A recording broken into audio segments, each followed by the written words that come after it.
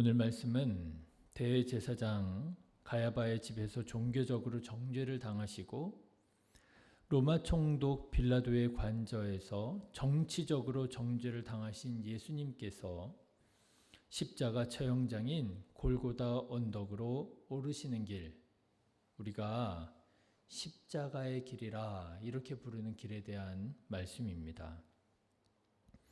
그런데 이 십자가의 길을 보니까 예수님께서 사람들에게 온갖 모욕과 수치를 다 당하셨구나 새삼 깨닫게 되었습니다.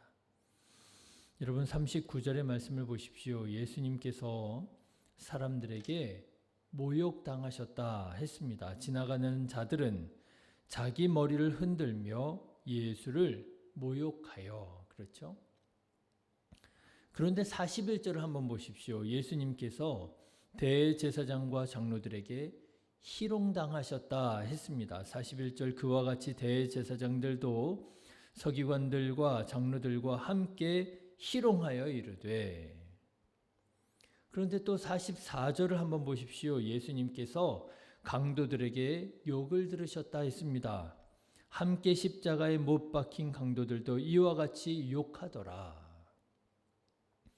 그러니까 여러분 보십시오. 예수님께서는 다만 십자가라고 하는 끔찍한 형틀에 달려 고통당하시고 죽으셨던 것이 아니라 이렇게 온갖 부류의 사람들에게 모욕을 당하시고 희롱당하시고 욕을 받으시고 버림받아 죽으셨던 것이지요. 그런데 저는 문득 예수님께서 당하신 이 모욕들이 다 어떤 의미가 있는지가 궁금해졌습니다. 물론 뭉뚱그려서 예수님께서 고난당하셨구나, 예수님께서 버림당하셨구나, 예수님께서 수치당하셨구나 이렇게 이해하고 넘어갈 수도 있겠지만 성경을 기록한 마태가 예수님께서 당하신 고난과 수치를 이렇게 구분해서 쓴 데에는 뭔가 이유가 있지 않을까 하는 마음이 들었습니다. 그리고 우리가 그 이유를 알고 묵상한다면 예수님께서 십자가에서 당하신 그 고난이, 그 수치가 무엇인지 우리가 더욱더 깊이 이해하게 되고 예수님의 십자가를 더욱더 선명하게 우리가 이해할 수 있지 않을까 하는 생각이 들었어요. 그래서 알아보았습니다. 알아보았더니 말 그대로 모욕과 희롱과 욕이 다 다른 의미를 가지고 있더라고요. 먼저 예수님께서 지나가는 사람들에게 당하신 모욕이 무엇인지 알아보니까요. 이게 블레스페메오라고 하는 말입니다. 그런데 이 블레스페메오라고 하는 말이 뭐냐 하면 신성모독을 의미하는 거예요. 마태복음 9장에 보면 일전에 예수님께서 중풍병자에게 내 죄사함을 받았느니라 이렇게 말씀하신 적이 있었어요.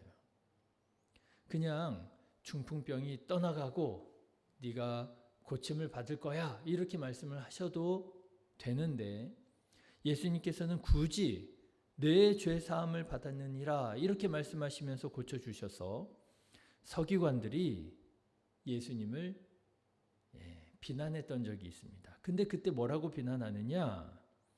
그때 비난했던 말이 바로 이 블레스페메오라고 하는 말이에요. 어떤 서기관들이 속으로 이르되 이 사람이 신성을 모독하도다. 마태복음 9장에서는 이 블레스페메오를 신성 모독이라고 번역을 했었어요. 그런데 오늘 본문의 말씀을 보니까 지나가는 사람들이 예수님을 모욕하더라. 뭐를 했다고요? 신성 모독을 하고 있더라라고 하는 것입니다. 다시 말하자면 그런 거지요. 사람들은 예수님이 신성 모독을 한다고 생각을 하고 비난했습니다. 그런데 사실은 누가 누구를 신성 모독하고 있었던 거예요? 사람들이 예수님의 신성을 모독하고 있었다라고 하는 것이지요. 그런데 여러분 생각해 보십시오. 바로 얼마 전에 예수님께서 예루살렘 성에 입성하실 때 그 사람들이 예수님을 어떻게 환영하고 찬양했습니까? 호산나 다윗의 자손이여 찬송하리로다. 예수님을 메시아로 인정하면서 찬양하고 환영했던 사람들이 아닙니까? 그런데 그렇게 예수님을 인간적인 마음과 생각으로 기대하며 환영했던 사람들이 예수님께서 십자가에 달려 죽게 되자 그 실망감이었겠지요. 예수님을 이렇게 신성모독하며 모욕했던 것입니다. 이런 거지요. 그리스도인 줄 알았는데, 메시아인 줄 알았는데 순 거짓말이었다고. 네가 무슨 하나님의 아들이냐고, 거짓말하지 말라고. 너는 하나님의 아들이 아니라고, 메시아가 아니라고. 너의 아버지 요셉과 어머니 마리아와 너의 형제들 우리가 다 알고 있는데 네가 무슨 하나님의 아들이냐고. 너는 하나님의 아들이 아니라고. 사람들은 예수님을 거짓말쟁이로 만들면서 예수님의 신성을 모독하고 있었더라라고 하는 것입니다. 두 번째로 예수님께서 대제사장들과 장로들에게 당하신 희롱이 뭔가 알아보았습니다. 그랬더니 희롱이라고 번역한 말이 엠파이조라고 하는 말인데요. 엠파이조라고 하는 말은요, 특별히 흉내를 내면서 놀리고 조롱하는 것을 의미한다고 합니다. 흉내를 내는 거예요. 뭐라고 흉내를 내면서 조롱했을까요? 42절의 말씀을 보니까 이렇게 희롱했다는 거예요. 그가 남은 구원하였으되 자기는 구원할 수 없도다. 그가 이스라엘의 왕이로다. 지금 십자가에서 내려올지어다. 그리하면 우리가 믿겠노라. 이렇게 희롱했다는 거 아니에요? 그러니까 아마 이렇게 말하면서 흉내를 냈던 모양이에요. 내가 이스라엘의 왕이라며. 아마 목소리도 흉내 내었겠지요. 예수님께서 하는 어떤 몸짓이 있었다면 그 몸짓도 흉내 내었겠지요. 왜 대제사장들과 장로들이 이렇게 예수님을 희롱했을까 생각해 보았습니다. 생각해 보니까요, 이 대제사장들과 장로들의 가장 큰 관심사는 뭐였어요? 권위였잖아요. 예수님께서 성전을 정화하실 때 대제사장들과 장로들은 예수님께서 그렇게 성전을 정화하시는 권위에 대해서 물었습니다. 예수께서 성전에 들어가 가르치실 때 대제사장들과 백성의 장로들이 나와 이르되 내가 무슨 권위로 이런 일을 하느냐? 또 누가 이 권위를 주었느냐? 대제사장들과 장로들에게 있어서 가장 초미의 관심사는 다른 게 아니었어요. 예수님의 권위의 문제였던 거예요. 그런데 성전을 정화하시면서 마치 혼자 정의로운 자인 것처럼 행하던 예수가 십자가에 달려 무력하게 죽게 되자 대제사장들과 장로들의 마음이 어땠어요? 쌤통이다 싶은 거죠. 혼자 잘난 척하더니, 혼자 깨끗한 척하더니, 혼자 의로운 척하더니 저렇게 십자가에 못 박혀 죽게 되는구나. 그러면서 예수님을 모욕하는데 예수님의 말투를 흉내내면서 예수님의 몸짓을 흉내내면서 그렇게 예수님을 희롱하면서 모욕했다라고 하는 거예요. 세 번째로 예수님께서 강도들에게 들으신 욕을 보니까 욕이라고 번역한 말이 오네이디조라고 하는 말이더라고요. 그런데 이 오네이디조라고 하는 말은요, 잘못을 꾸짖는 것을 말하더라고요. 그냥 쌍욕이 아니고요, 잘못한 것, 흠을 꾸짖는 것, 이게 오네이디조, 욕이라고 번역한 말이더라고요. 근데 여러분 참 이상하지 않습니까? 강도들이 예수님을 꾸짖는다고요? 말이 안 맞잖아요. 이게 다른 사람이 아니라 강도들이 예수님을 꾸짖을 그런 입장은 아니잖아요. 그런데요, 누가복음에 보니까 이 강도들이 이렇게 예수님께 욕했다는 거예요. 누가복음 23장에 보니까 달린 행악자 중 하나는 비방하여, 여기서 비방하여가 바로 첫 번째 모욕하다라고 번역한 블레스페메오라는 말이기도 해요. 내가 그리스도가 아니냐? 너와 우리를 구원하라. 이렇게 욕을 했다는 거예요. 자, 그런데 여러분, 이 말에는 숨겨진 의미가 있습니다. 강도라고 번역되어 있는데 이 강도라고 번역한 레스테이라고 하는 말은요, 강도라기보다는 테러리스트를 의미한다고 합니다. 이 사람들은 단순히 지나가는 사람들의 물건을, 재산을 빼앗았던 그런 잡범 강도가 아니라 테러리스트, 정치적인 종교적인 이유를 가지고 사람을 죽이고 암살했던, 그리고 물건을 빼앗았던 테러리스트였던 거예요. 말하자면 이런 거죠. 이스라엘의 독립을 위해서 로마 제국의 봉기를 일으켰던 독립운동가들을 말하는 거라는 거예요. 그런 독립운동가의 입장에서 볼 때 예수님이 자기 자신을 뭐라고 주장했어요? 메시아라고, 그리스도라고 주장을 했잖아요. 그렇다면 네가 만일 그리스도라면, 네가 만일 메시아라면 의당 뭐를 해야 된다는 거예요? 이스라엘의 독립을 위해서 일해야 되는 거 아니냐라고 하는 거예요. 그 말이 이렇게 나오는 것입니다. 너 자신을 구원하고 우리도 구원하고, 그렇죠. 그리고 이스라엘의 독립을 가져와야 되는 거 아니겠느냐라고 예수님을 꾸짖었다라고 하는 거예요. 메시아가 지금 뭐하고 있어? 메시아라며? 그런데 무슨 십자가에 달려 있어? 메시아는 이런 일 하는 거 아니야? 너 자신을 구원하고 우리도 구원하고 이스라엘도 구원하고 그게 메시아지 하면서 예수님을 가르치고 있었더라고 하는 것입니다. 자, 여러분 어떻습니까? 사람들이 예수님의 신성을 모독하고 대제사장들과 장로들이 예수님을 흉내내면서 희롱하고 독립운동가들이 예수님을 꾸짖으면서 가르치려고 들고, 예수님의 마음이 어떠셨을까요? 예수님께서 이루시기 원하셨던 하나님의 나라는 그런 게 아니었습니다. 그렇잖아요. 요한복음 18장에 보면 예수님께서 빌라도 총독 앞에서 이렇게 말씀하셔요. 예수께서 대답하시되 내 나라는 이 세상에 속한 것이 아니니라.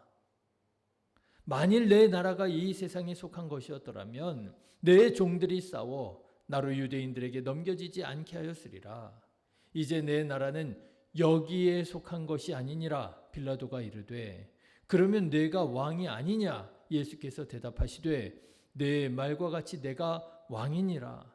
내가 이를 위하여 태어났으며 이를 위하여 세상에 왔나니 곧 진리에 대하여 증언하려 함이라. 무릇 진리에 속한 자는 내 음성을 듣느니라. 이것이 예수님께서 말씀하셨던 하나님의 나라잖아요. 이것이 예수님께서 제자들에게 가르치셨던 진리의 길이잖아요. 그런데 사람들은 성경도 모르고 하나님의 마음도 모르고 예수 그리스도의 사명도 모른 채 무지하게, 그렇죠, 무지하게 그저 자기들이 알고 있는 이해를 가지고 예수님을 저희 입맛대로 이용하려고 하는데 그게 잘 안 되니까 예수님을 모욕하고 희롱하며 욕했던 것입니다. 저는 오늘 말씀을 묵상하면서 문득 그런 생각이 들었어요. 모르는 것도 죄냐? 우리 한국 사람들이 그러잖아요. 몰라서 그랬어 내가. 그런데 모르는 것도 죄야? 그러잖아요. 그런데요, 신앙생활에 있어서 모르는 것도 죄가 될 수 있겠더라고요. 예수님이 그리스도시라고 하는 걸 모르면, 예수님께서 어떤 분인지 정체를 알지 못하면, 예수님께서 왜 이 세상에 오셨는지 알지 못하면 죄가 될 수 있겠더라고요. 오죽하면 예수님께서 이렇게 예수님을 모욕하고 희롱하고 욕하는 사람들의 무지함을 위하여 기도하시겠습니까? 누가복음 23장에 보니까 예수님께서 십자가에 달리셨을 때 이렇게 기도했다는 거 아니에요? 예수께서 이르시되 아버지 저들을 사하여 주옵소서 자기들이 하는 것을 알지 못함이니이다. 예수님이 마음이 다 답답하셨던 거죠. 저렇게 무지해서야, 저렇게 무지하니 이렇게 죄를 짓지. 그러면서 하나님께 중보하며 기도하잖아요. 하나님 용서해 주십시오. 여러분, 우리는 어떻습니까? 우리는 과연 알고 신앙생활하고 있습니까? 예수님이 어떤 분이신지 정말 알고 있습니까? 하나님의 아들이라고 정말, 예수님께서 내 삶의 주님이라고 정말 알고 고백하고 살아가고 계십니까?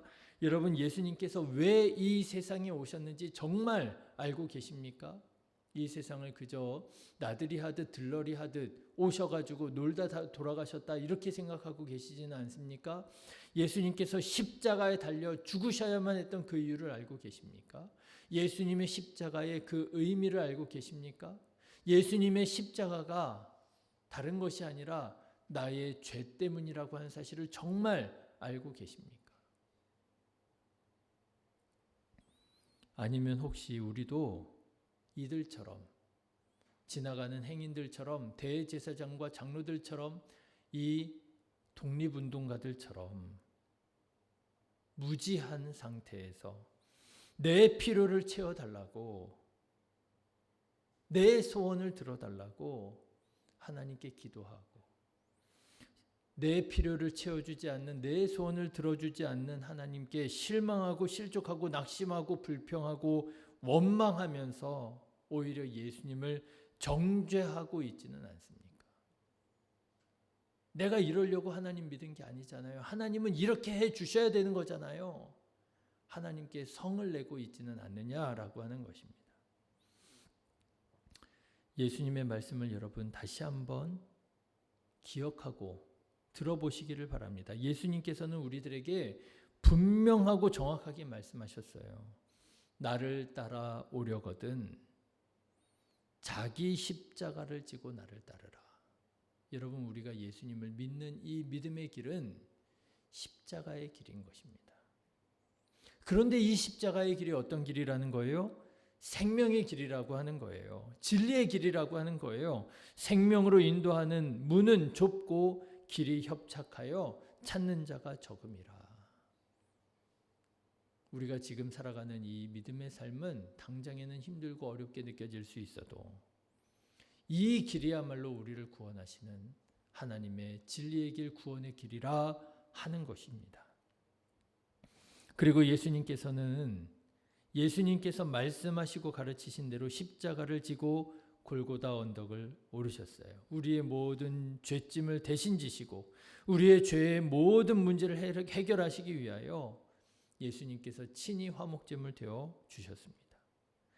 저는 바라기는 예수님의 말씀을 더욱 마음에 깊이 새기고 그 십자가 고난 당하신 예수님을 더욱 사랑하며 주님께서 보여주신 이 진리의 길, 생명의 길을 묵묵히 예수님의 뒤를 따르는 저와 여러분 다 되시기를 주님의 이름으로 축원합니다.